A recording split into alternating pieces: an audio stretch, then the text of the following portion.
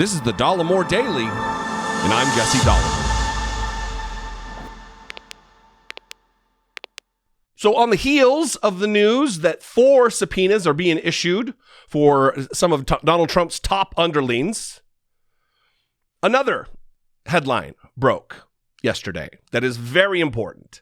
And that is the fact that, one, Donald Trump is going to try to invoke executive privilege to avoid testimony from him and his underlings related to the events of January 6th.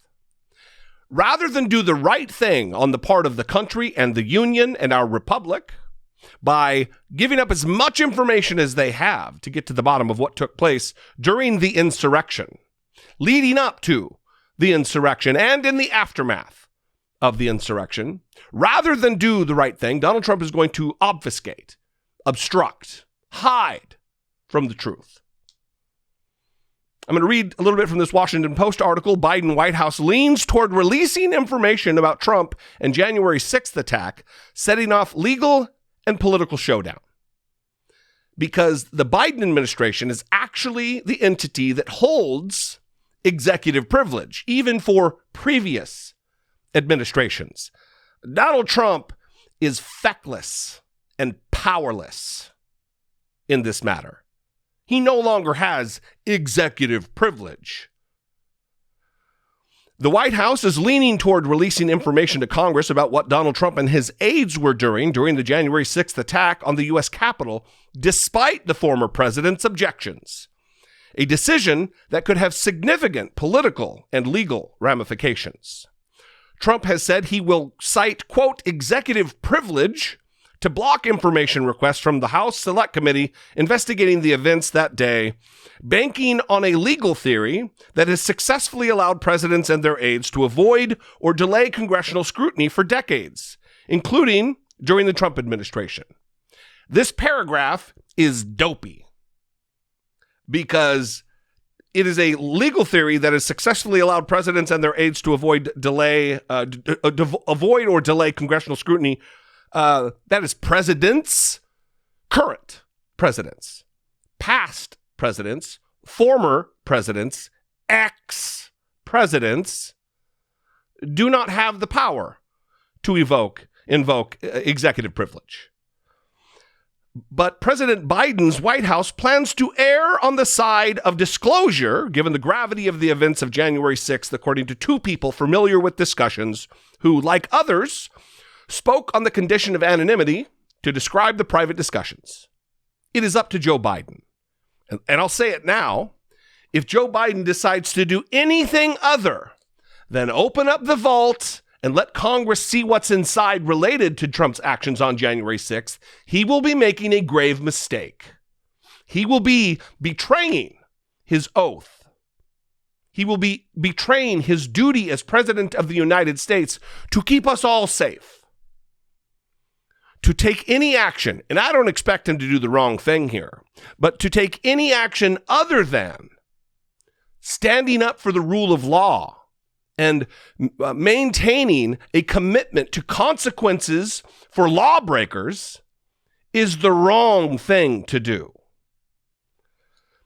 In response to questions about White House deliberations over what information to release, Biden spokesman Michael J. Gwynn said the president views the attack on the Capitol as, quote, a dark stain on our country's history, end quote, and is, quote, deeply committed to ensuring that something like this can never happen again, and he supports a thorough investigation, end quote. Members of the investigative committee argue that Trump no longer enjoys the protection of executive privilege, encouraging the White House to push aside institutional concerns about sharing information with Congress and aid the panel in an investigation focused on what Democrats and a handful of Republicans have called an assault on democracy. Clear-eyed Americans, clear-eyed human beings who watched what took place on January 6th, view it as an assault on democracy. They were attempting to overthrow our government, to overturn a free and fair election. If that's not an assault on democracy, there isn't a such thing as assault on democracy. Quote, it's not really relevant because there's no president involved. There's no such thing as a former president's executive privilege, said Representative Jamie Raskin, Democrat of Maryland, a committee member who teaches constitutional law. That's extremely dilute and not really relevant. What Trump was doing while the attack was occurring and who he was speaking with are among the big unanswered questions concerning the assault on the Capitol. The debate over the validity of his executive privilege claims come as the committee is moving into a new, more aggressive phase of its investigation. Having requested material from telecom, social media companies, and the White House, and receiving some response, it is now looking at how best to compel testimony and documents from those reluctant to participate. I have said it, I don't know how many times now. How you go about compelling their testimony is through subpoenas. You have legal subpoena authority in that select committee. You issue the subpoenas and you partner with the Justice Department if they are ignored. There should be legal consequences for such action. Committee Chairman Benny G. Thompson, Democrat of Mississippi, said this week that his panel will soon issue subpoenas to witnesses and organizations, adding that the committee has started scheduling closed-door testimony with cooperative witnesses. On Thursday night, a video I just published, if you're watching this and you haven't watched the one that I posted this morning, go back and watch it because it involves this sentence here. On Thursday night, the committee issued subpoenas to former White House Chief of Staff Mark Meadows, former Deputy Chief of Staff and caddy Dan Scavino, former Pentagon official Kash Patel, and longtime Trump advisor Steve Bannon. The committee is seeking documents as well as testimony from the four men. So that indicates to me that it's a full court press. Not just, they don't want to just hear from them. They want documentation. They want phone records. They want text messages. They want emails. They're going to go through their metadata to find out where they were and to whom they spoke on that day. Trump has derided the committee's work as partisan and is promising to fight its effort to collect information and testimony related to the attack. You know, like a good patriotic American would do. Fighting the efforts and promising to fight to collect the information and the testimony. You know, like a president of the United States who rose his right hand and swore to support and defend the Constitution of the United States against all enemies, foreign and domestic. Took an oath, swore an oath, put his hand on his Bible, and vowed to faithfully execute the office of President of the United States. And he failed. This is his statement.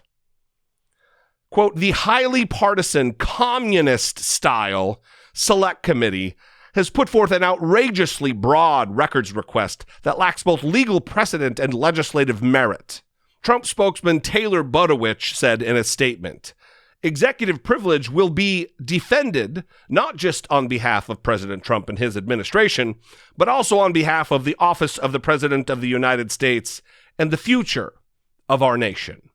Again, dipshits, you do not have the luxury of declaring or invoking executive privilege. If we were looking into Bill Clinton or Barack Obama or any other president for that matter, and they started talking about executive privilege, we would laugh at them. The current sitting president is the only one who can defend executive privilege for the office of the president, not for the man. Anyway, we are well on our way to getting answers. If Democrats don't get cold feet, and hopefully someone will get in the ear of Merrick Garland, who I don't know what he's doing. He must have a big, comfy office, taking a lot of naps. Because there is certainly not enough action relative to getting to the bottom of what took place during the Trump administration, going all the way back to the obstruction of justice charges. This needs to be dealt with.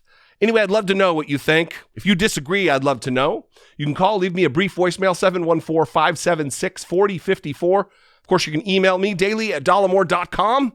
Connect with me on social media. That is always a good time.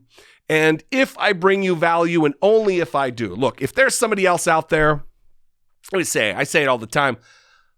If I'm not your flavor, I get it. I'm not for everybody. But if I bring you value, $1.99 worth of value a month, I would appreciate it if you would consider supporting my work, helping produce my work here on the platform.